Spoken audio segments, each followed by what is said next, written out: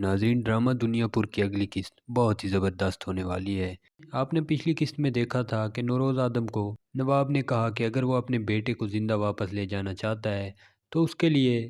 دنیا پور کے ساتھ ساتھ اسے اپنی بیٹی کا رشتہ بھی دینا پڑے گا۔ لیکن نوروز آدم ادھر ہی غصے میں آ گیا اور انکار کر کے چلا گیا۔ اور نوروز آدم جب گھر جائے گا اور اپنی ماں اور بیوی کو بتائے گا کہ نایاب کی زندگی خطرے میں ہے اور نواب نے یہ شرطیں رکھی ہیں کہ اگر میں اسے واپس لے جانا چاہوں گا تو اپنی بیٹی کا رشتہ نواب کو دوں گا۔ پہلے تو اس کی بیوی اور ماں غصے میں آ جاتی ہیں اور کہتی ہیں اس کمینے کی جرت کیسے ہوئی ہماری بیٹی کے بارے میں یہ سب کہنے کی۔ لیکن پھر جب سوچتی ہیں کہ ان کے پاس کوئی دوسرا رستہ نہیں تھا، اگر وہ نایاب کی زندگی بچانا چاہتی ہیں تو انہیں رشتہ کرنا پڑے گا، تو وہ نوروز کو کہتی ہیں نوروز اب آپ نے کیا سوچا ہے، آپ کیا کریں گے؟ تو نوروز آدم کہتا ہے سوچنا کیا ہے، میں اپنی بیٹی کا رشتہ تو اس کمینے کو دینے والا نہیں، ہاں کچھ اور سوچتا ہوں اور کچھ نہ کچھ کر کے میں وہاں سے نایاب کو بھی نکلوا لوں گا۔ ادھر نواب کے گھر والوں کو جب پتہ چلتا ہے کہ نواب نے شادی کی پیشکش کی ہے اور نوروز آدم کو کہا ہے کہ اگر وہ اپنا بیٹا لے جانا چاہتا ہے تو وہ اپنی بیٹی کی شادی مجھ سے کرا دے، تو نواب کے گھر والے اس سے غصہ ہوتے ہیں اور کہتے ہیں یہ آپ نے کیسی پیشکش کی،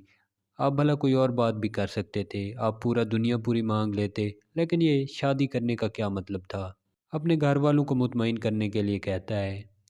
کہ میں نے یہ سب اس لیے کہا ہے کہ اگر ہم دنیا پور اس سے لے لیتے تو جتنا اسلحہ اور جتنی آرمی اور بندے اس کے پاس ہیں تو وہ آسانی سے ہم سے دوبارہ واپس لے سکتا تھا، لیکن اگر ایک بار اس کی بیٹی ہمارے گھر آ گئی اور وہ میری بیوی بن کر آ گئی تو یہ پوری زندگی میرا غلام بن کر رہے گا اور کبھی بھی آنکھ اٹھا کر دنیا پور کی طرف نہیں دیکھے گا۔ تو نواب کا بیٹا کہتا ہے بابا آپ کو یہ کہنے کی کیا ضرورت تھی کہ آپ اس سے شادی کریں گے، آپ میری بھی تو بات کر سکتے تھے نا اس سے، اس کی بیٹی جوان ہے اور میں بھی جوان ہوں تو آپ میری بھی شادی کروا سکتے تھے اس سے۔ جواب میں کہتا ہے اگر میں ایسا کرتا تو وہ کبھی بھی نہیں مانتا، کیونکہ وہ جانتا ہے کہ تمہارا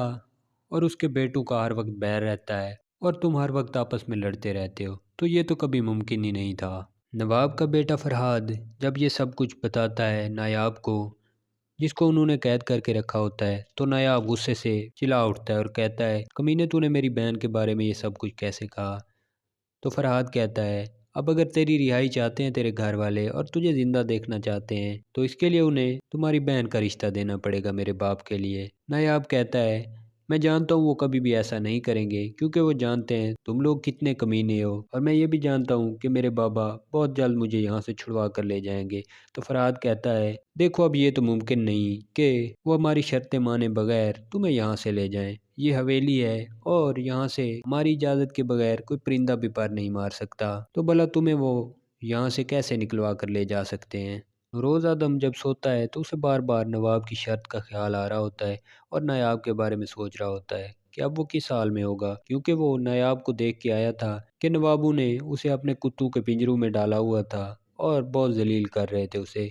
اس لیے وہ سوچ رہا تھا کہ اب وہ کیا کرے۔ اس کے ذہن میں بار بار ایک ہی بات آ رہی تھی کہ اگر وہ نوابوں کی حویلی پر حملہ کرتا ہے تو اس میں نایاب کی زندگی کو بھی خطرہ ہے اور وہ اسے جان سے بھی مار سکتے ہیں، اور اگر اپنی بیٹی کا رشتہ دے گا تو بھی اس کے لیے خطرہ ہے اور اس کی بیٹی کی پوری زندگی برباد ہو جائے گی۔ لیکن وہ کہتا ہے اب اسے ایک نہ ایک فیصلہ تو لینا ہوگا، اگر وہ دنیا پور لینے کی شرط رکھتا تو میں تو کسی نہ کسی طرح اس سے واپس لے ہی لیتا، لیکن اب جو اس نے شرطیں رکھی ہیں وہ نوروز آدم کے لیے بہت زیادہ مشکل فیصلہ ہو چکا تھا۔ امید کرتے ہیں آپ کو آج کی ہماری ویڈیو اچھی لگی ہوگی، اگر ویڈیو اچھی لگی ہے تو ویڈیو کو لائک کر دیں اور چینل پر نئے ہیں تو چینل کو سبسکرائب کر دیں۔ تو ملتے ہیں ایک اور نئی مزیدار ویڈیو کے ساتھ۔